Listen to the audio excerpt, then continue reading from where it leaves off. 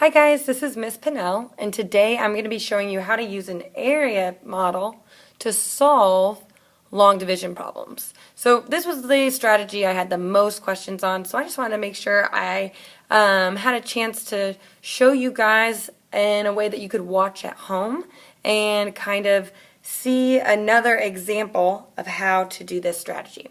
Alright, so let's get started. Today we revisited our area models. So I've got the notes here that we took, and as you can see, we've done things a little bit different. We made a couple tweaks. So the tweaks we made is, instead of just putting the products here of these two numbers, we now have our subtraction in here as well. So what I'm hoping by doing this is that you can see the overall process a little easier, and you're able to see your numbers a little clearer. That way this model is actually helpful. So let's go ahead and get started with our own example. Alright, so the first thing you do is get a problem. We have 614 divided by 32. When I use area models, the first thing I need to do is set up my area tangle. So that just means setting up your rectangle.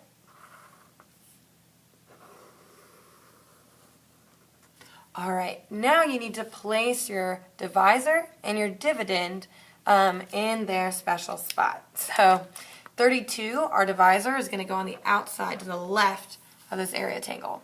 614 is going to go in the area tangle to the close to the upper left-hand side. Alright, now what we're going to do is see how many times 32 can go under 614. Instead of just taking a guess at it, we're going to use multiples of 10 to make this a little simpler. If you don't remember what a multiple is, well, a multiple is an answer in multiplication to a specific number. So like if I have 10, 10 times 1 is 10, 10 times 2 is 20, 10 times 3 is 30. So these are all the answers, and they go on and on and on. These are not the only multiples of 10. But these are a few that you might use when you're doing 5th grade division. So in our notes, we circled 10, 100, 1,000. We circled these because these are the ones I want you to always start off with, start off thinking about. These numbers, 10, 100, 1,000, are numbers you can multiply easily and get quick answers to do them in your head. And when you get these down, then you might want to try a little more complicated so you can get closer to the answer, your first guess. Okay, so let's see. I've got 32 here, and I know when I multiply anything times 10, I just add 1 0. 320 can fit into 614, so I know that would work. But let's try 100. If I multiply anything by 100, I add 2 zeros. But now I've got 3,200. That's way too big to fit into 614. So I'm going to stick with 10. 10 times 32, as we already found, is 320. So I set up this problem right here, and then, as you can see, the number I multiplied goes by on top, then I subtract. So I have 4 minus 0 is 4, 11 minus 2 is 9, 5 minus 3 is 2. I draw my line. All right, let's pause for a second.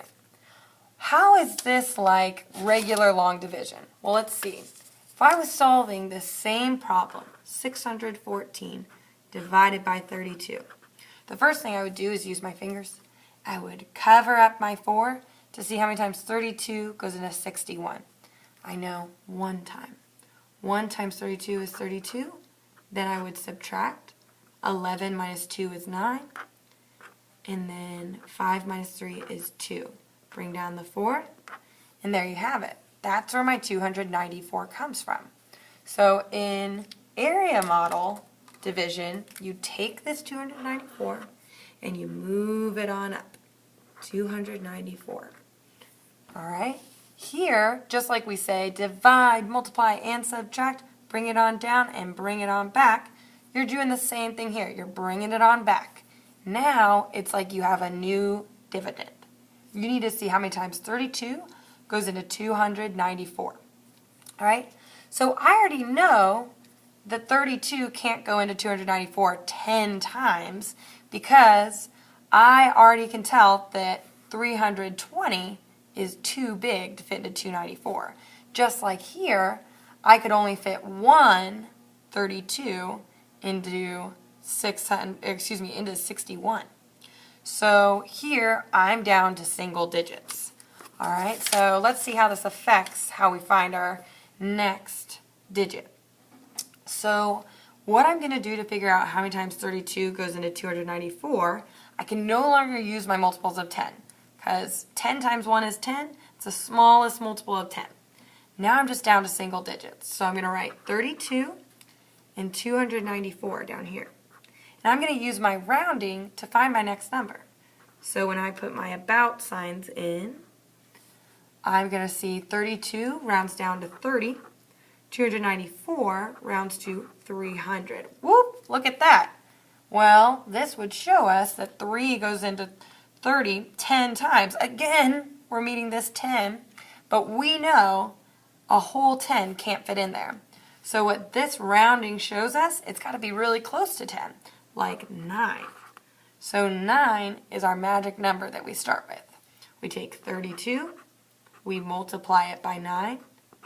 9 times 2 is 18. 9 times 3 is 27, plus 1, 28.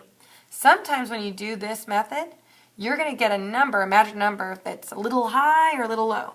But this at least helps you get in the range of what you need to start with trying to multiply. All right, so for this one, 288 is going to work for us. We're going to take that 288, put it under the 294. We're going to take that 9 and put it right up here next to the 10, which we're eventually going to be adding together.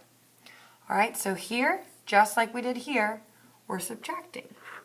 So I've got 14 minus 8 is 6, and then look at that, 0, 0. I have 6 left. All right, before we go any further for our actual answer, let's revisit. Here's our normal division. Let's see how these look similar.